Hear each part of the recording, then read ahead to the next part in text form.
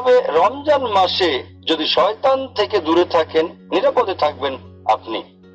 পবিত্র কোরআনে দেখবেন আল্লাহ বলেছেন সূরা বাকারা অধ্যায় নম্বর 2 আয়াত নম্বর 168, তোমরা খুতুওয়াত শয়তান সম্পর্কে সাবধান হও, শয়তানের পদাঙ্ক অনুসরণ করো না, নিশ্চয়ই সে তোমাদের জন্য এক প্রকাশ্য শত্রু।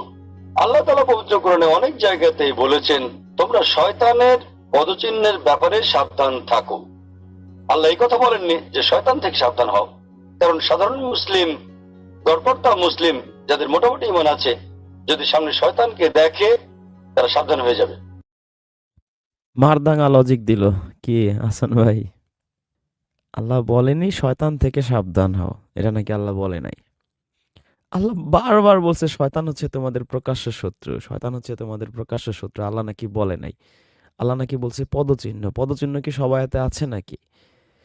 তারপরে সে যে অ্যানালজি দিল, তো খাঁচায় বন্দি সেই অ্যানালজি দিল। তো খাঁচায় বন্দি থাকলে সে মানুষকে আঘাত করবে কিভাবে, ক্ষতি করবে কিভাবে? সম্ভবই না। কিন্তু শয়তান তো করছে। আর আমার মনে হয় না জাকির নায়েক কখনো সূরা বাকারা অর্থসহ পড়ছে। সূরা বাকারা পড়লেই দেখতো যে মানুষকেও আল্লাহ শয়তান বলছে ১৪ নম্বর আয়াতে। এরপরে যদি সূরা নাস, মিনাল জিন্নাতি ওয়ান নাস, সে জিন থেকে হোক আর মানুষ থেকে হোক, সেখানেও ক্লিয়ারলি বোঝা যাচ্ছে যে শয়তান মানুষ থেকেও হয়, জিন থেকেও হয়। আর ইবলিসের যে ব্যাপারটা, সেটা তো স্পেসিফিক একজনের কথা আল্লাহ বলে দিয়েছে। কিন্তু শয়তান ও তার অনুসারীরা, যারা অনুসারী তাদেরকেও তো শয়তান হিসেবে সম্বোধন করা হচ্ছে। আর সূরা বাকারার কথা প্রথমেই বললাম, সেখানে তো বলাই হচ্ছে মানুষদেরকে স্ট্রেট শয়তান। তো এই যে শয়তানকে বন্দি করা হয়, তাহলে তো সব শয়তানকে বন্দি করার কথা। আর যদি স্পেসিফিক যেটা প্রপার নাউনে আসছে কোরআনে ইবলিশ, তাহলে আহ, উনি যে বাঘের কথা বললেন, যে বা সিংহের কথা বললেন, সেটা তো মিলে না। কারণ আল্লাহ তো বলেনি ও একাই শয়তান। শয়তান এবং তার অনুসারীদের কথা বলেছেন, তার বংশধরদের কথা বলেছেন। তো হয় কি, পুরো কোরআন আসলে ভালো করে না পড়লে যা হয় আর কি, শুধু কোরআনের এক আয়াত পড়ে তারপর চলে যায় ওই তাফসিরের মধ্যে, ওইখানে কোন হুজুর কি বলেছে সেই দর্শনই তার ব্রেনের মধ্যে ঘোরে। নিজের ব্রেন আর খুলে আর চিন্তা করার সময়, সুযোগে বা ইচ্ছাও এদের কখনো হয় না। যেটা আল্লাহ কোরআনে বারবার বলেছেন যে আয়াতগুলো নিয়ে চিন্তা ভাবনা করতে, না হলে অন্তর কি তোমাদের তালাবদ্ধ? এইভাবে আল্লাহ রীতিমতো খোঁচাও দিয়েছেন। তো এখন হচ্ছে আমরা যাদের কাছ থেকে ইসলাম শিখি, তারা আসলে ইসলাম শিখতে চায় না। তারা তোতা পাখি হতে চায় এবং যেগুলো বইতে বলা ওগুলো উগরে দেয়। আমরা আসলে বেসিক্যালি যারা স্কুল কলেজে পড়েছি, আমরা আমাদের সিলেবাসের যে পড়াশোনা ওগুলা, অথবা ইভেন মাদ্রাসা আলিয়া বা কওমের কথাও বললেও তাদের সিলেবাসে যা আছে ওগুলোই পড়ে। এ কারণে এরা এই সুযোগটা পায়। তারা ওই যে শত শত বছর আগের যে তাফসিরে কিতাবে যা লেখা ছিল সেগুলোই যে উগরে দিচ্ছে। আমরা মনে করছি তারা মনে হয় বিশাল পণ্ডিত, আসলে ঘোড়ার ডিমের পন্থী। সব হচ্ছে তোতা পাখি। তোতা পাখির মতো ওগুলো পড়ে আর ওগুলো উগরে দেয়। ট্যালেন্ট বলতে যা বোঝায় বা কোরআনে হিকমত বলতে যা বোঝানো হয়েছে, প্রজ্ঞা বলতে যা বোঝানো হয়েছে, আল্লাহ যে বলেছেন যাকে আল্লাহ প্রজ্ঞা দান করেছেন তাকে প্রভূত কল্যাণ দিয়েছেন, প্রজ্ঞা এদের মধ্যে নাই, ট্যালেন্ট এদের মধ্যে নাই। এদের মধ্যে আছে শুধু মেমোরি কার্ড, শুধু ডাটা মেমোরাইজ করবে আর সেগুলো শুধু উগরে দেবে, দ্যাটস অল। এবং কমন সেন্সটা পর্যন্ত নাই যে আমি যা বলছি এগুলো আসলে কতটুকু যুক্তিযুক্ত হচ্ছে বা কতটুকু আহ, মানে মানুষ এটা মেনে নেবে। যদি মানুষ একটু কেউ চিন্তাশীল কেউ থাকে, সেই বিবেক বোধটুকু এদের মধ্যে কাজ করে না। যাই হোক, আমাদের সাথে আছেন আরো আফরোজা আপু আছেন। যে আসান ভাই, আপনি কি শুনতে পাচ্ছেন নাকি বিজি? একটু কন্টিনিউ করেন, আমি একটু পরে। আচ্ছা ঠিক আছে। জি আফরোজা আপু। সালামুন আলাইকুম স্যার। সালাম আলাইকুম। জি বলুন। জি স্যার, আপনি এতক্ষণ সুন্দরভাবে কোরআনের আয়াত দিয়ে আহ, বেশ স্পষ্টভাবেই ধারণা দিয়েছেন। তো তারপরেও যখন বিভিন্ন বক্তারা এই একই উপস্থাপনা নিয়ে আসতেছে যে শয়তানকে আসলে রমজান মাসে নাকি বন্দি করে রাখা হয়, তো স্যার সেই ক্ষেত্রে আমরা যে রমাদান মাস উপলক্ষে বা সিয়াম উপলক্ষে যে কয়টা আয়াত পেয়েছি সূরা বাকারা থেকে 5টা, সূরা বাকারার 183 থেকে 187 পর্যন্ত। তো এই 5টা আয়াতের মধ্যে কোনো আয়াতের মধ্যেই কি একবারও উল্লেখ আছে যে এই রমাদান মাসে শয়তানকে বন্দী করে রাখা হয়?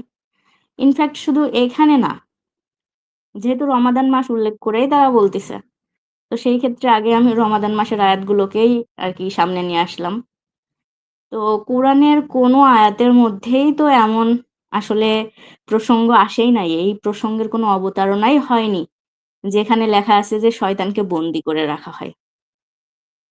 তো শয়তান সম্পর্কিত আয়াতগুলো আপনি তো একটু আগেই বললেন, সূরা আরাফ থেকে বললেন, তারপর সূরা হিজর থেকে বললেন। তো সেই সূত্রে কি দেখা হয় যে শয়তান যখন আল্লাহ কি আহ জান্নাতের ওখান থেকে যখন সবাইকে নেমে আসতে বলে, নবী আদমকে যখন মানে মেনে না নেওয়ার কারণে, অহংকার করার কারণে শয়তানকে তাড়িয়ে দেওয়া হয়, নেমে যাওয়ার কথা বলা হয়, তখন সে কি বলে? আল্লাহকে চ্যালেঞ্জ করে বলে, যেটা আমরা সূরা বনি ইসরা থেকে পাই। তো আমি আশ্রয় চাই আল্লাহর কাছে অভিশপ্ত শয়তান থেকে। রব্বে আউযু বিকা মিন হামাযাতিশ শায়াতিন ওয়া আউযু বিকা রব্বি আইয়াহদুরুন। বিসমিল্লাহির রহমানির রহিম। বনি ইসরার ৬২ নম্বর আয়াত অনুযায়ী আমরা কি পাই? যে শয়তান আল্লাহর কাছে একটা অবকাশ বা একটা নির্দিষ্ট সময় চায়। তো সেই সময় পেলে আবার সে কি করবে? সেও আল্লাহকে একটা চ্যালেঞ্জ দিয়ে আসে। কেমন চ্যালেঞ্জ? যে, "হে আল্লাহ, তুমি যদি আমাকে কিয়ামত পর্যন্ত অবকাশ দাও বা সুযোগ দাও, তাহলে আমি অল্প কিছু সংখ্যক বান্দা ছাড়া, মানে সালামুন আল্লাহ আদমের, মানে এই যে আদম নবীর সমস্ত বংশধর, এক কথায় আমরা এখন অবধি যারা আছি এবং আগামীতেও যারা আসবে, তো এই সমস্ত বংশধরদের অবশ্যই পথভ্রষ্ট করে ছাড়বো।" এই যে একটা চ্যালেঞ্জ ছুড়ে দেয়। তো আমরা সূরা আরাফের ১৪-১৫ আয়াত থেকে, হিজরের ৩৬ থেকে ৩৮ আয়াত থেকে, তারপরে এই যে বনী ইসরার ৬২ আয়াত থেকে, এই সবগুলো আয়াত থেকে আমরা একটা জিনিসই পাই। সেটা হচ্ছে শয়তানকে আল্লাহ কিয়ামত পর্যন্ত অবকাশ দিয়েছে। তো সেইখানে তো কোনোখানে শয়তানকে বন্দী করে রাখার ইয়ে নেই। বরং অবকাশ দেওয়া হয়েছে, তাকে ছাড় দেওয়া হয়েছে। এবং কি আরো যদি আমরা দেখি যে, যেইটা স্যার একটু আগে আপনি বললেন যে শয়তান যে আসলে মানুষের প্রকাশ্য শত্রু, এই ব্যাপারেও আল্লাহ অসংখ্য আয়াতের মধ্যে আমাদেরকে সতর্ক করেছেন। তো সেই ক্ষেত্রেও আমরা সূরা বাকারার, যেটা মানে সমস্ত সূরারই সূচিপত্র হিসেবে যেই সূরাকে আসলে ধরা হয়, আপনি একটু আগে যে একটা সুন্দর কথা বলেছেন যে সূরা বাকারাটা যদি মানে কেউ একটু স্পষ্ট করে পড়ে বা ভালোভাবে মনোযোগ সহকারে পড়ে, তাহলে তার বেসিক কিছু ধারণা আসলে কোরআন সম্পর্কে হয়ে যায়। তো সূরা বাকারা ১৬৮ নাম্বার আয়াত এবং সূরা ইউসুফের ৫ নাম্বার আয়াত অনুযায়ী আল্লাহ বলেছেন কি, "নিশ্চয় শয়তান তোমাদের প্রকাশ্য শত্রু।" এবং বনী ইসরার ৫৩ নম্বর আয়াত অনুযায়ী আ শয়তান কি মানুষের মধ্যে বিরোধ সৃষ্টি করে। আবার সূরা ফাতির, মেবি সূরা ফাতির, হ্যাঁ। সূরা ফাতিরের ৬ নম্বর আয়াত অনুযায়ী আল্লাহ বলেছেন কি যে, "নিশ্চয় শয়তান তোমাদের শত্রু। অতএব তোমরা তাকে শত্রু হিসেবে গ্রহণ করো।" তা আল্লাহ এই যে সতর্কবাণীগুলো দিয়েছে, এগুলো কেন দিয়েছে? কারণ শয়তান থেকে যেন আমরা সাবধান থাকি। এই যে শয়তান যে আল্লাহকে চ্যালেঞ্জটা দিয়েছে যে সমস্ত মানুষকেই সে পথভ্রান্ত করে ছাড়বে, বিভ্রান্ত পথে নিয়ে যাবে। সেই কারণেই তো আল্লাহর এই সতর্কতা বাণীগুলো দেওয়া। কিন্তু আমরা আরো মানে এই যে প্রকাশ্য শত্রুটা কেন? শয়তান কিভাবে আমাদের সাথে শত্রুতাটা করে? এগুলোও যদি আমরা একটু দেখতে যাই, তাহলেও কিন্তু আমরা পাই কি? আম শয়তান মানুষকে কি কুমন্ত্রণা দেয়। আবার স্যার আপনি একটু আগে যে বললেন সূরা বাকারার ১৪ নম্বর আয়াতে, শুধু কিন্তু যে শয়তান উম জিন সেটাও না।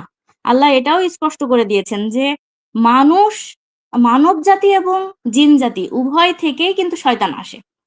তো এই মানুষ কেমন শয়তান? এই যে সূরা বাকারার ১৪ নম্বর আয়াত আপনি উল্লেখ করলেন এবং সেই একই সূরার ৭৬ নম্বর আয়াতের মধ্যেও কিন্তু সেই একই ইঙ্গিত পাওয়া যায়। যে যখন তারা হচ্ছে এই শয়তানরা, মানুষরূপী শয়তানরা মুমিনদের সাথে, বিশ্বাসীদের সাথে মিলিত হয়, তখন তারা কি বলে, আমরা তো বিশ্বাস এনেছি তোমাদের মতো। আবার যখন তাদের নিজেদের সাথে একান্তে এই শয়তান মানুষরূপী শয়তানদের সাথে যখন মিলিত হয়, তখন কি বলে, আমরা তোমাদের সাথে আছি। তো সেই একই কথা 14 নম্বর আয়াতেও যা বলা হয়, 76 নম্বর আয়াতের মধ্যেও সেই একই কথাই আসলে বলা হয়। তো এই যে শুধু সেখানেই না, সূরা আনামের 112 নম্বর আয়াত থেকেও আমরা জানতে পারি যে আল্লাহ কি বলেছেন, যে প্রত্যেক নবীর শত্রু হিসেবে মানব জাতি এবং জিন জাতির মধ্য থেকে শয়তান আছে। তো এই যে প্রত্যেক নবীর সাথে এই শত্রুতা এই শয়তানরা করেছে, তো এই মানে কিরকম শয়তানি তারা, এরা কি অনেক বেশি মানে ক্ষতিকর প্রভাব বা কর্তৃত্ব আসলে রাখে? না, এদের হচ্ছে একটা কুমন্ত্রণা, কথার যে মায়াজাল, এই প্রতারণা, ধোঁকা দেওয়া, এই যে একটা ব্যাপার। তাই কুমন্ত্রণাটা কিভাবে দেয় সেটাও কিন্তু আমরা সূরা নাসের ৪ থেকে ৬ আয়াত, সূরা নাসটা যদি কারো ভালোভাবে জানা থাকে, তো সেখানে কিন্তু আল্লাহ জানিয়ে দিয়েছে যে আল্লাহর কাছে যে আমরা আশ্রয়টা চাই, তো কিসের থেকে বাঁচার জন্যে।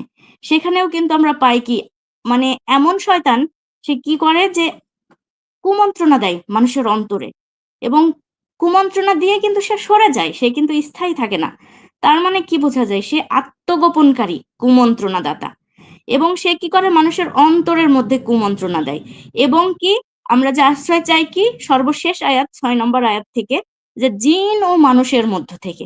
তাহলে এখান থেকে স্পষ্ট যে শুধু জিন জাতির মধ্য থেকে শয়তান নয়, মানব জাতির মধ্যেও শয়তান থাকে। তো এই যে এতগুলো আয়াত আল্লাহ দিয়েছেন বা জানিয়েছেন, তো এর পরেও যদি তারা বলতে থাকে যে শয়তানকে বন্দি করে রাখা হয়, তো এতগুলো আয়াতের মধ্যে কোথাও তো আমরা পেলাম না যে শয়তান আসলে বন্দি থাকে, বরং কি শয়তান কিয়ামত পর্যন্ত মানে মুক্ত থাকে, তাকে অবকাশ দেওয়া হয়েছে। তো এই তো স্যার, আমি তো এরকমই জানি, শয়তান বন্দি থাকে এরকম কোনো আয়াত তো আমি আসলে এখনো পাইনি। তো তারা আচ্ছা, আসলে কোত্থেকে যে পাইছে এটাই তো আমি বুঝতে পারি না। আমি লাহু একটা আল হাদিস। আমি একটা কমেন্টের রিপ্লাই দিয়ে আপনাকে আমি একটা প্রশ্ন করতে চাই। সেটা হচ্ছে, জি স্যার। পিপাসিত আত্মা তিনি লিখেছেন যে আমার জানার ইচ্ছে শয়তান মূলত দেখতে কেমন, আদৌ দেখা সম্ভব নাকি সম্ভব না। এটা মেবি সূরা আরাফে আপনি ২৭-২৮ আয়াতের দিকে পাবেন, বা ২৫-২৬ আয়াতের দিকে। আল্লাহ বলে দিয়েছেন যে তারা তোমাদের দেখতে পায় কিন্তু তোমরা তাদের দেখতে পাবে না। তো আমাদের পক্ষে দেখা সম্ভব না, এটা আমি কোরআন থেকে যতটুকু বুঝেছি। আচ্ছা, আমি আমি একটা প্রশ্ন করতে চাই, সেটা হচ্ছে সূরা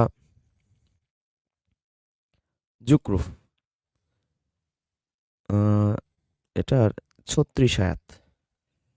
আপনারা দেখতে পাচ্ছেন যে ৩৬ আয়াতে আল্লাহ বলছেন যে, আর যে পরম করুণাময়ের জিকির থেকে বিমুখ হয় আমি তার জন্য এক শয়তানকে নিয়োজিত করি, ফলে সে হয়ে যায় তার সঙ্গী, তার কারিন। তো আরবিতে বলে কারিন, অনেকে আবার বলে অনেক মোল্লারা কারিন জিন, কারিন জিন। আল্লাহ কিন্তু কারিন জিন বলতে এখানে প্রপার নাউন ইউজ করে নাই। এখানে কারিন মানে হচ্ছে সঙ্গী, আপনার সাথী বা ফ্রেন্ড বলতে পারেন। তো সে হয়ে যায় তার সঙ্গী। তো কারিন কিন্তু প্রপার নাউন, এটা একটা কমন নাউন। তো আমরা এই যে একটু আগে আফরোজা আপু বলছিল, আমরা অনেকে কিন্তু এই প্রপার নাউন কমন নাউনটা অনেকে বুঝি না। সেটা হচ্ছে, ধরেন আমি আপনাকে বললাম যে শাপলা, গোলাপ, রজনীগন্ধা, বেলি, তো এগুলো হচ্ছে প্রপার নাউন। কারণ শাপলা যখন আমি বলি তখন আপনার কিন্তু একটা শাপলার চেহারাটা ভাসে, বা গোলাপ বললে বা রজনীগন্ধা বললে একটা চেহারা ভাসে। কিন্তু আমি যদি বলি ফুল, তাহলে কিন্তু আপনার কোনো চেহারা ভাসছে না, কারণ ফুল, শাপলাও ফুল, রজনীগন্ধাও ফুল, বেলিও ফুল, অনেক ফুলই হতে পারে। তাহলে যেই জিনিসটা সবার মধ্যে কমন, কমন নাউন, কমন আপনারা অঙ্ক করেছেন না, লসাগু গসাগু, ধরেন ২, ৪, ৬, ৮, ১০, ১২, ১৪, ১৬, ১৮, ২০, এর মধ্যে কমন যায় কি? কমন হচ্ছে ২। ২ দিয়ে সবারই ভাগ করা যাচ্ছে। তাহলে যেই জিনিস সবার মধ্যে যায়, ধরেন ৫, ১০, ১৫, ২০, ২৫, ৩০, এর মধ্যে কমন হচ্ছে ৫। কারণ 5 দিয়ে আমি 5কেও ভাগ করতে পারি, 10, 15, 20 সবাইকে ভাগ করতে পারি। আচ্ছা, একজন লিখেছেন যে আমার সাউন্ড কম শোনা যাচ্ছে। আচ্ছা, আমি একটু বাড়ায় দিচ্ছি। তো আমি এটা দিয়ে সবাইকে ভাগ করতে পারছি, তাহলে এটা হচ্ছে কমন গেল। এখন ধরেন বললাম মাশরাফি, সাকিব আল হাসান, তারপরে হচ্ছে তাইজুল ইসলাম, মুশফিকুর রহিম। তো এগুলো হচ্ছে প্রপার নাউন। আমি মাশরাফি বললে মাশরাফির চেহারাটা ভাসে, কিন্তু আমি যদি বলি ক্রিকেটার, তাহলে কিন্তু কারোর চেহারা আপনার ভাসছে না। ক্রিকেটার যে কেউ হতে পারে। তাহলে বা রহিম, করিম, সলিম, জব্বার, 4 জনের নাম বললাম, 4 জন হচ্ছে প্রপার নাউন, মানে নির্দিষ্ট নাম। কিন্তু এদের মধ্যে কমন যায় কি, এরা ফ্রেন্ড হতে পারে, এরা টিচার হতে পারে, এরা ডক্টর হতে পারে, এরা ফাইটার হতে পারে, এরা অনেক কিছুই হতে পারে। তাহলে যখন আমি এমন কিছু বলবো যেটা আসলে স্পেসিফিক কাউকে বোঝাবে না, তখন সেটা হচ্ছে কমন নাউন। যেমন ফুল, যেমন ফল, যেমন ক্রিকেটার, যেমন ফুটবলার, যেমন টিচার, যেমন ডক্টর, যেমন ইঞ্জিনিয়ার। আচ্ছা, একটা বিষয় হচ্ছে প্রপার নাউনের ফার্স্ট লেটার সবসময় ক্যাপিটাল হয়, বড় হাতের হয়, আর কমন নাউনের ছোট হাতের হয়, স্মল লেটার হয়। মাস্টারি করতেছি অনেক দিন পর। যাই হোক, এত কিছু বললাম ওইটাই বোঝানোর জন্য যে শয়তান আর ইবলিশ কিন্তু ডিফারেন্ট। শয়তান যখন বলবে আল্লাহ, আপনাকে কমন নাউন বলছে আল্লাহ। এনিবডি ক্যান বি, সে জিন থেকেও হতে পারে, মানুষ থেকেও হতে পারে, আপনিও হতে পারেন, আমিও হতে পারি। আমি যখনই আল্লাহর নির্দেশের বাইরে চলে যাচ্ছি, আমি তখন শয়তানের মতো কাজ করছি বা শয়তানের নির্দেশ ফলো করছি। শয়তান আমাদের মন্দ কাজের দিকে ধাবিত করে, আমি মন্দ কাজ করছি, তার মানে আমি শয়তানের পদাঙ্ক অনুসরণ করছি বা শয়তানের অর্ডার ফলো করছি। আমি যদি আল্লাহর অর্ডার ফলো করি, তাহলে হচ্ছে আমি আল্লাহর বান্দা। আর আমি যদি শয়তানের অর্ডার ফলো করি, আমি তো তাহলে শয়তানের অনুসারী হয়ে গেলাম, তাই না? তাহলে ওই ইনস্ট্যান্ট আমি যখনই আল্লাহর ওই আদেশটা ভায়োলেট করছি, আমি ইনস্ট্যান্ট আমি মানুষ থেকে শয়তান হয়ে যাচ্ছি। কিন্তু ইবলিশ হচ্ছি না। ইবলিশ কিন্তু প্রপার নাউন, একটা স্পেসিফিক একজনকে বোঝাচ্ছে। আদম স্পেসিফিক একজনকে বোঝায়। আবার হিন্দি বা উর্দুতে আপনি আদম বলতে আম আদমি, মানে সকল মানুষকেও একসাথে বোঝানো হয়। যাই হোক, ওইদিকে যাব না। তাহলে ইবলিশ আর শয়তানের ডিফারেন্সটা আমরা বুঝতে পেরেছি। শয়তান এনিবডি ক্যান বি, আর ইবলিশ হচ্ছে স্পেসিফিক একজনের কাহিনী আল্লাহ বর্ণনা করেছেন। মুসার কাহিনী আল্লাহ কুরআনে বলেছেন। তো মুসা স্পেসিফিক একজন, কিন্তু মুসার ক্যারেক্টার আপনার আমার মধ্যেও আছে। আপনি আমিও যখন আমাদের খুব কাছের মানুষ বিপদে পড়ে ডাক দেয়, আমরা গিয়ে তার পক্ষ নিয়ে যার সাথে শত্রুতা তাকে ধাপ করে ঘুষি মেরে বসি। পরে দেখা যায় হয়তো বুঝতে পারি যে যার পক্ষ নিয়ে মারছি আসলে সেই আসলে কালপ্রিট ছিল, যাকে মেরেছি সে আসলে ভিকটিম ছিল, সে মজলুম ছিল। মুসা নবীর ক্ষেত্রে যেরকম হয়েছে। তো এটা সবার সাথে হতে পারে। ইউসুফের ক্ষেত্রে যেমন হয়েছে, ইউসুফের ভাইরা ওকে পছন্দ করতো না, কারণ ওর বাপ ওরে বেশি ভালোবাসতো। আপনার আমার ক্ষেত্রে হতে পারে যে আপনার আমার বাবা বা মা আমাদের কোনো এক ভাই বোনকে বেশি ভালোবাসছে, দেখবেন আমাদের কাছে মেজাজ গরম হয়ে যায়। কী রে, আমার ওই ভাইকে বা ওই বোনকে আমার বাপ বেশি ভালোবাসে কেন? তার চেয়ে কি আমি আমার বাপকে কম ভালোবাসি? বা আমি কি কোন দিক থেকে কম? হিংসা কাজ করে। তাহলে কোরআনে যতগুলো নবী রাসূলদের ঘটনা আল্লাহ বলছেন, এস প্রপার নাউন হিসেবে বলেছেন, কিন্তু এদের ক্যারেক্টারাইজেশন যেভাবে আল্লাহ করেছেন, পিকচারাইজেশন যেভাবে আল্লাহ করেছেন, আপনি কিন্তু মেলাতে পারবেন যে ওই ক্যারেক্টার আপনার মধ্যেও আছে, আমার মধ্যেও আছে, সবার মধ্যে কিন্তু ওই ক্যারেক্টারগুলো আছে। কিছু না কিছু হয়তো আপনার মধ্যে ইউসুফের ভাইদের কিছু কোয়ালিটি আছে, বা ইউসুফের কিছু কোয়ালিটি আছে, বা মুসার কিছু কোয়ালিটি আছে, বা ইব্রাহিমের কিছু কোয়ালিটি আছে, এমনকি ফেরাউনের কিছু কোয়ালিটিও আপনার মধ্যে থাকতে পারে, বা ইহুদিদের কিছু কোয়ালিটি। গতকালকে যেভাবে বলেছিলেন আমাদের ওই যে আরব বিশ্ব সুপ্রিম লিডার, যে এটা থাকতে পারে আমাদের মধ্যেও।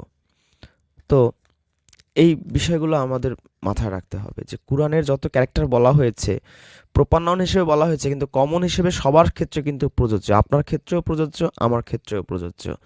তাহলে এই যে শয়তানকে বন্দি করা, প্রথমত এই শিরোনামটাই ভুল। যদি বলতে ইবলিশকে বন্দি করা হয় তাহলেও একটা কথা ছিল, কিন্তু শয়তান তো আর একজন না, শয়তান তো হাজার হাজার, লক্ষ লক্ষ। তো আল্লাহ তো বলেন সবগুলোকে বন্দি করি, আর সবগুলোকে বন্দি করা তো আল্লাহর কথার রদবদল হয় না। আমরা কোরআন থেকে দেখেছি আল্লাহর কথার তো চেঞ্জ হয়ে গেল। আল্লাহ যদি একবার বলে যে আমি কিয়ামত পর্যন্ত সময় দিলাম, এবং যদি বলে যে শয়তান এবং তার অনুসারী সবাইকে আমি একসাথে জাহান্নাম পূর্ণ করব সবাইকে দিয়ে, আবার যদি বলে আমি প্রতি বছর একটা স্পেসিফিক মাসে আমি বন্দি করে রাখি, একটার সাথে একটা মেলে না। যাই হোক, আমি প্রশ্নটা রেখে আবার আরেক দিকে চলে গেলাম, কারণ অনেকে ইবলিশ আর শয়তান নিয়ে কনফিউশন, এই জন্য আমি কমন নাউন প্রপার নাউনের কথা বলছিলাম এত সময়। তো আফরোজা আপুর কাছে আমার প্রশ্ন, এই যে আল্লাহ সূরা জুকরুফের 36 আয়াতে বললেন যে পরম করুণাময়ের জিকির থেকে, এই যে জিকির শব্দটা আল্লাহ এখানে ইউজ করেছেন, জিকির বলতে তো আমরা সবাই ছোটবেলা থেকে বুঝে ফেলি যে হকমাওয়ালা হকমাওয়ালা ইল্লাল্লাহ, এটা হচ্ছে জিকির। কিন্তু সূরা হিজরের 9 আয়াত পড়লে আপনি বুঝবেন যে কুরআনকে আল্লাহ জিকির বলেছেন, আবার জিকির দিয়ে উপদেশ বোঝানো হয়েছে। যাই হোক, তো আমরা যদি সূরা হিজরের 9 আয়াত নিয়েও এখানে মিলাই, যে আল্লাহর কুরআন থেকে যদি আমি বিমুখ হয়ে যাই, আল্লাহর কুরআন থেকে বিমুখ হয়ে, আমি মুসলিম আছি কিন্তু কুরআন কাছে আমার কুরআন প্রতি আমার ইন্টারেস্ট খুবই কম, বা কুরআনকে আমার মনে হয় পাইকারি কথাবার্তার জায়গা, বা মনে হয় যে কুরআনের সব কিছুই আধা আধা অল্প অল্প একটু একটু করে ঝাপসা ঝাপসা আল্লাহ দিছে, এগুলো বোঝা আসলে খুব ডিফিকাল্ট। হাদিসে ডিটেইলস সুন্দর করে বর্ণনা করা আছে, সেইখানে বোঝা সহজ, কুরআনে বোঝা খুবই টাফ। তো আমি বিমুখ হয়ে যাচ্ছি যে কোনো কারণে। তো আল্লাহ বলছেন যে এই আল্লাহর জিকির থেকে বিমুখ থাকে, আমি তার জন্য একটা শয়তান নিয়োজিত করি, সে হয়ে যায় তার কারিন, সে হয়ে যায় তার সঙ্গী। তাহলে এই যে শয়তান, আমি যখনই আল্লাহর কুরআন থেকে বিমুখ হয়ে গেলাম, আমার সাথে একটা শয়তান নিযুক্ত করে দিল। এই শয়তান যে আল্লাহ নিযুক্ত করে দিল 36 আয়াতে বলছেন। এখন ধরেন গতকালকেই আমি কুরআন ছেড়ে দিছি, আমি সকালবেলা মুনতাকাব হাদিস পড়ি, দুপুরবেলা নাহাজুল বালাগা পড়ি, সন্ধ্যাবেলা মুসলিম শরীফ পড়ি বা তিরমিজি শরীফ পড়ি, আল্লাহর জিকির থেকে আমি বিচ্ছিন্ন, আমি নবীর জিকির করছি বা বুখারীর জিকির করছি বা তিরমিজির জিকির করছি। এখন গতকালকে আল্লাহ একটা শয়তান আমার সাথে নিয়োজিত করে দিছে, আমি ওগুলোর মধ্যে খুব মজা পাচ্ছি, ওই রকম আমল করা শুরু করছি, ঢিলাকুলুপ নিয়ে দৌড়াদৌড়ি করতেছি, জোরে আমি নাচতে আমি নিয়ে মসজিদে গিয়ে মানুষের সাথে মারামারি শুরু করে দিছি, গোল টুপি লম্বা টুপি নিয়ে পাশের জনের সাথে মারামারি বাধায় দিছি, বুকে হাত বাঁধবো না পেটে হাত বাঁধবো এইটা নিয়ে চরমনায়ের এক মুরিদের সাথে ঝগড়া বাধায় দিছি। তো আমার মোটামুটি শয়তান এই সারা দিন রাতে এইভাবেই মানে নাচাইতেছে, শুধু আমিও নাচতেছি আর অপকর্ম করে বেড়াচ্ছি। এখন আগামীকাল রোজা চলে আসলো, তো এখন আমার যেই সঙ্গী, যে শয়তানটা, যে কারিন শয়তান, তাকে কি আল্লাহ বেঁধে ফেলবে? এটা হচ্ছে আফরোজা আপুর কাছে আমার প্রশ্ন।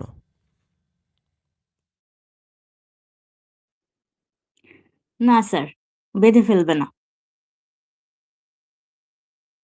কেন? বেঁধে ফেলবে না এই কারণে যে আল্লাহ তো স্পষ্ট জানিয়েই দিয়েছে যে আল্লাহর স্মরণ থেকে, মানে এই কোরআন থেকে যে বিমুখ থাকবে তার সাথে শয়তান আল্লাহ নিযুক্তই করে দেবে। তাহলে বেঁধে কেন ফেলবে? এই শয়তান তো তার উপর চাপানো হয়ে গেল। এবং নিয়োজিত করে দিছে এক সঙ্গী হিসেবে। তাহলে আমার জি, একটা সঙ্গী যদি 1 মাস আমার কাছ থেকে বিচ্ছিন্ন থাকে, তাহলে তার সে সঙ্গী হইতে পারলো না বা সঙ্গী রইলো না, তাই তো?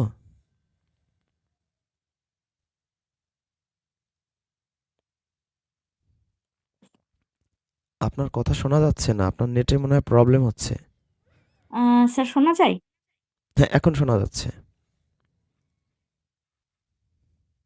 তো স্যার, যখন কেউ কোরআন থেকে সরে আসলো, কোরআনের প্রতি মানে কোরআন যে আল্লাহ ফরজ করেছে সূরা কাসাসের 85 নম্বর আয়াত অনুযায়ী, তার মানে কি কোরআনটা রোজ পড়ার জন্যে বা সেখান থেকে আল্লাহর বিধিবিধানগুলো জানার জন্যে।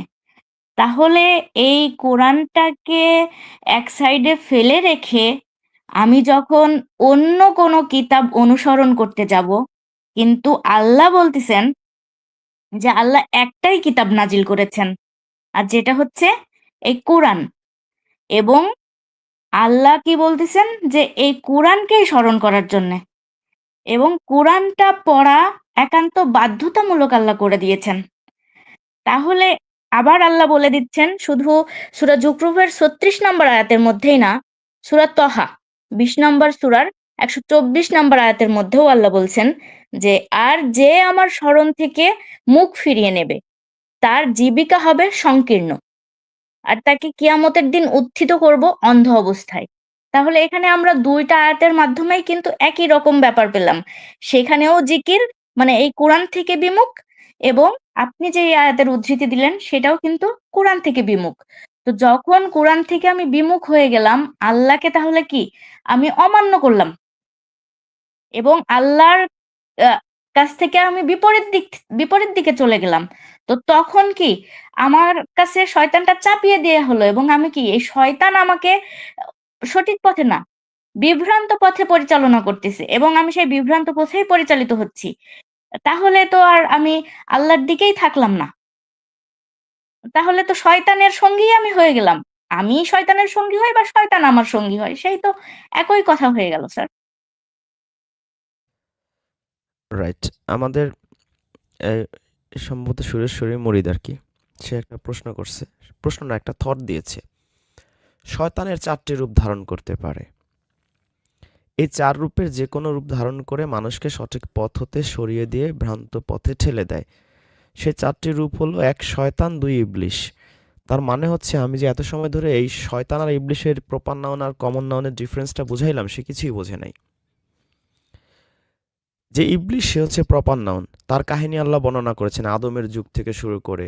তাকে আল্লাহ সেজদা করতে বলছে, সে করে নাই। আল্লাহর সাথে তার ব্যাপক কনভারসেশন কোরআনে বর্ণনা করা আছে।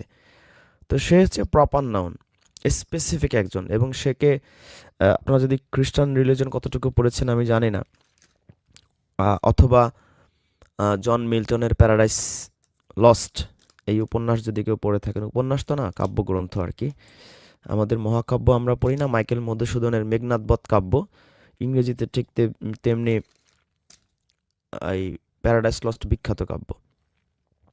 তো এই প্যারাডাইস লস্ট যদি পড়ে থাকেন, ওখানে এই ইবলিশের সাথে আল্লাহর কিন্তু একটা ফাইট দেখানো হয়েছে। মানে ইবলিশও একটা গড, আল্লাহ গড।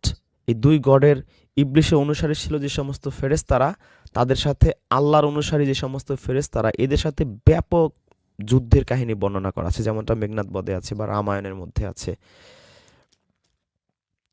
তো অথবা যদি আপনি খ্রিস্টান রিলিজন ওইভাবে পড়েন, এখানে কিছুটা পাবেন আপনি।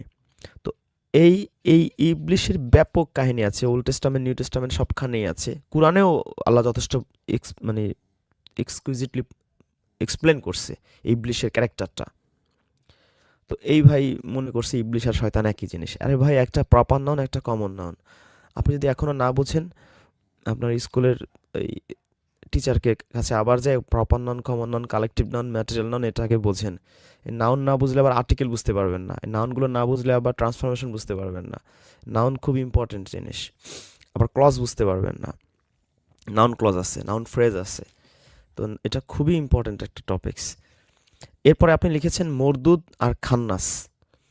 আচ্ছা, এবার আপনাকে আমি বলি, এই যে একটু আগে বললাম, এই যে আমরা সূরা যুকরুফের 36 আয়াত নিয়ে আলোচনা করেছি, আল্লাহ যেখানে বলেছেন শয়তান নিযুক্ত করি, আল্লাহ তার নাম দিয়েছেন কারিন, সঙ্গী। এখন আপনি বলেন, সেই যে নিযুক্ত করে আল্লাহর জিকির থেকে যে বিমুখ হয়, তো সেইটা কি হবে? আপনার 4টার মধ্যে কোনটা? আপনি যদি বলতে পারেন তাহলে বুঝবো যে আপনার মাথায় একটু হইলেও ঘিলু অবশিষ্ট আছে, নইলে বুঝবো যে আপনিও সেই তোতা পাখি। আচ্ছা, এরপরে সেকেন্ড প্রশ্নটা আমি করার আগে আমাদের মৌসুমী আপু লিখে দিছে, ওই যে সুরার 221 থেকে 222, আমি এটা একটু আপনাদের স্ক্রিনে নিয়ে আসি। এখানে আল্লাহ বলেছেন যে আমি কি তোমাদেরকে সংবাদ দিব কার নিকট শয়তান নাজিল হয়? শয়তান নাজিল হয় প্রত্যেক চরম মিথ্যাবাদী ও পাপীর নিকট। আচ্ছা, আমাদের খোরশেদ আলম ভাই আছেন, আফরোজা আপু আছেন, আহসান ভাই একটু বিজি মেবি। তো আপনাদের 3 জনের কাছে আমার প্রশ্ন, ধরেন আমি এই মুহূর্তে একটা মিথ্যে কথা বললাম। ধরেন আপনি আমাকে বললেন যে আপনি কেমন আছেন? আমি আসলে খুব একটা ভালো নাই। আমি বললাম যে হ্যাঁ, ভালো আছি আলহামদুলিল্লাহ। মিথ্যা কথা বললাম। তো সাথে সাথে কি হইল? শয়তান নাজিল হইল। এখন তো রোজার মাস, তাহলে কি এই আয়াত কি ইনভ্যালিড হয়ে যাবে? মানে এখন শয়তান নাজিল হবে না, যেহেতু শয়তানকে বন্দি করে রাখছে পুরো মাস। তা আমি যত খুশি মিথ্যা বলতে পারি, শয়তান তো আর নাজিল হবে না, নাকি? বিষয়টা কি এরকম? আপনারা যদি 3 জনের কেউ আমাকে একটু বিষয়টা, এই আয়াতটা একটু বুঝিয়ে বলতেন। স্যার মোটেই না। কারণ শয়তানকে বন্দী রাখা হয় এমন কোনো আয়াতের অবতারণা বা প্রসঙ্গ আমরা পাইনি। বরং পেয়েছি শয়তানকে কিয়ামত পর্যন্ত অবকাশ দেওয়া হয় এবং যদি আপনি এতক্ষণ ধরে শয়তানের যত প্রকারভেদ বুঝিয়েছেন আয়াতের মাধ্যমে এবং খুব সুন্দর উপস্থাপনার মাধ্যমে, সেই সূত্রেও যদি ধরি তাহলে শয়তান আমাদের মিথ্যা কথা বলার মাধ্যমেও নাজিল হয়। আমরা যদি আল্লাহর আদেশ ভায়োলেট করি, অমান্য করে চলি, তাহলেও শয়তান আমাদের সঙ্গী হয়। এমনকি মিথ্যা বললেও আমাদের সঙ্গী হয়ে যায় বা আমাদের উপর শয়তান নাজিল হয়ে যায়। তাহলে এই বিভিন্ন শয়তান কিভাবে বন্দী থাকতে পারে? আর বন্দী কখন কিভাবে করে? এটা কিভাবে সম্ভব? আরো সবথেকে বড় কথা যে মনে করেন যে আল্লাহর নিযুক্ত শয়তান আ সেগুলোকে বাদই দিলাম। যদি আমার যে নফস বা আমার যে প্রবৃত্তি সেটা যখন আমাকে খারাপ কাজের বা কুচিন্তা ভাবনা করার জন্যে কুমন্ত্রণা দেয় এবং সেই ধোঁকায় পড়ে যখন আমি কোনো খারাপ কাজে লিপ্ত হয়ে যাই, তখন তাকে কে বন্দী করে স্যার?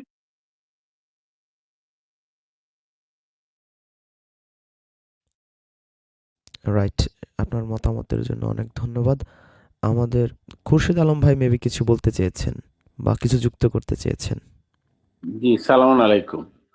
জি, সালাম শয়তান আলাইকুম। তো ভাই, শয়তান তো বন্দি আছে, এই মোল্লাদের পকেটে বন্দি না, মোল্লাদেরকে জড়িয়ে আছে তো। এই জন্য তো মোল্লারা এসব কথা বলেছে যে আল্লাহ স্পষ্ট আয়াত দেওয়ার পরও এরা তো কোরআন পড়ে না, কি করে একটা আফসোস। এই যে সুয়াদের 38 নম্বর সূরার 79-80 নম্বর আয়াতে আল্লাহ স্পষ্ট বলছে শয়তান অভিশপ্ত হওয়ার পর একটা সুযোগ চাইছে, অবকাশ চাইছে। আমি এই যে মুমিনদের আমাদেরকে পথভ্রষ্ট করবে সব সময়, তা আল্লাহ তাকে সেই সুযোগ দিছে। তা আমার রমজানের মধ্যে বন্দি করলে তো তার কাজ কই? এটা তো আল্লাহ বলেনি। এই দুষ্ট মোল্লারা, তাদের সাথে তো শয়তান নাজির হয়ে গেছে অলরেডি। তাদের উপর নাজির হওয়া মানে তাদের মাঝে আমি মনে করি যে বন্দি হয়ে আছে, তাদেরকে দিয়ে কাজ করতেছে। এই জন্য এরা উল্টাপাল্টা কথা বলতেছে। তো এসব কি করবে, এগুলা নিয়ে কি আর বলি, এসব পাগলের দল নিয়ে। ওরা তো কোরআন একদমই পড়ে না, একদমই পড়ে না। ওই সুর করে ইয়ে করে পড়ে। এখন তো আরো সমস্যা হয়ে গেছে দেখেন, তাহলে এই যে আল্লাহ, আপনি আন্তর্জাতিকভাবে। বলছেন ওরা কোরআন পড়ে না, আল্লাহর জিকির থেকে যদি ওরা বিমুখ থাকে তাহলে তো ওদের সবার সাথেই শয়তান কারিন হয়ে যায়, সঙ্গী হয়ে যায় ইয়েস, নাকি? Yes, yes. এই জন্য তো আবল তাবল কথা বলতেছে এগুলা। এগুলো তো আবল তাবল কথা। এরা তো কোরআনকে নিচে সুর করে কারি করে পড়বে। এখন আন্তর্জাতিক আচ্ছা, এরা এরা যে তো এই যে মানবরচিত যে মিথ্যা হাদিসগুলা বলে, যখনই বলে তখনই তো শয়তান নদীর উপর নাজিল হয় নাকি? না, নাজির হয়ে, আমি বলতেছি ওদের সাথে সর্বক্ষণ নাজির হয়েই আছে। এই জন্য এগুলো এই সমস্ত কথা বলে, মিথ্যা কথাগুলো বলে। না, আর আপনার আমার সাথে মিথ্যাবাদী হয়তো একটা দুইটা শয়তান থাকতে পারে যখনই মিথ্যে কথা বলি বা যখন যখন আল্লাহর এই বলি জিকির তখন থেকে হয়তো আসতে পারে। বিমুখ হই, কিন্তু ওদের সাথে হ্যাঁ। তো মনে হয় অল টাইম ধপাধপ ধপাধপ একটার পর ও একটা পড়তেই ইয়েস, থাকে ওদের মাথার উপরে নাকি? ইয়েস, ইয়েস, আমি এটাই বলতে চাইছিলাম আর কি। তার মানে কি আমরা যেগুলা বলতে পারি যে যত বড় মোল্লা তার, যে যত বেশি হাদিস দিয়ে ওয়াজ কোন নসিহত করে, তার সাথে শয়তানের বাহিনী তত বেশি থাকে? বাহিনী ছাড়াও আল্লাহ তো শয়তানকে কয়েক নামে ডাকছি, ইবলিস, শয়তান, হান্নাস, ও সব সব সব বিশেষণই ওদের সাথে আছে আমি মনে করি। এটা জাকির নায়েক বলেন, এটা বড় বড় মোল্লা বলেন, শেখ আহমদুল্লাহ বলেন, আজারের সাথে কয়টা আছে আমি জানি না। এ তো চরম মৃত্যুক, কারণ চরম মৃত্যুকের উপরই তো আল্লাহ বিশেষ করে যদি যে শয়তান অবতীর্ণ হয়ে থাকে, এদেরকে আর প্রতারক সূরা বলছে, সূরা মহাপ্রতারক বলছে। বাকারাতে যে আল্লাহ মানুষকেই শয়তান বলছে, সেটার ব্যাখ্যা কিভাবে দেবে এই মোল্লারা? আমার তো এই মনে হয় সূরা বাকারা 14 আয়াত এরা পড়েও নাই কখনো। পরে নাই, সুর করে পড়ছে, সুর করে পড়ছে, জানে না। আপনি আশ্চর্য হবেন যে ওই আমি চারালিপ টান দিয়ে দিয়ে পড়ছে। জি, জি, জি, জি, জি, এদের কাজ হলো এটা সুর করে পড়া।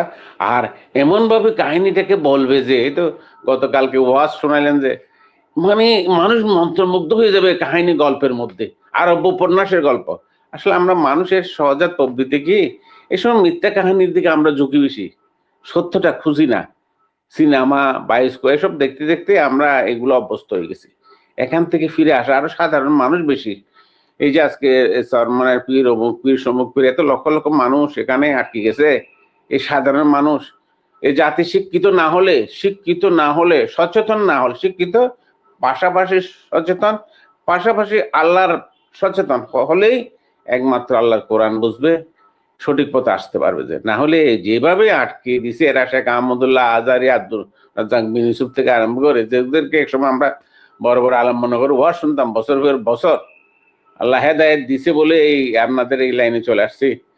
তো ভাবতে অবাক লাগে এই মানুষগুলার কি অবস্থা হবে, কি কি যে হবে। এরা বুঝতেও চায় না, কি আর করবেন। এখন আরেকটা পরামর্শ দিতে পারি, এই মানুষদের তো উদ্ধার করতে হবে। এখন রাজনৈতিক ভাবে ক্ষমতায় যারা আছে, ধর্মমন্ত্রী হয়, ইয়ে হয়, এরও তো এদেরকে কিভাবে এগুলার মেসেজটা পৌঁছানো উচিত, আপনি কিছু ভাবতে পারেন আর কি? জি, সালাম আলাইকুম। আচ্ছা, আমরা তাহলে মোজাম্মেল সাহেব মাঝে মধ্যে কোরআনের কথা বলে, মোজাম্মেল সাহেবের একটা ভিডিও আমার এই বিষয়ে চোখে পড়লো, আমি সেটা একটু আপনাদের দেখাই। উনি যদিও ম্যাক্সিমামই হাদিস দিয়ে বলে, দুই একটা আবার কোরআন থেকে বলে। প্রশ্ন আরো বলে শয়তান, দেখেন কত উদ্যত, কলা আড়াই টাকা, আপনি কি মনে করেন হাজাল্লাজি কার্রামতা আলাইয়া, এই আদমকে আপনি আমার উপরে সম্মানিত করেছেন?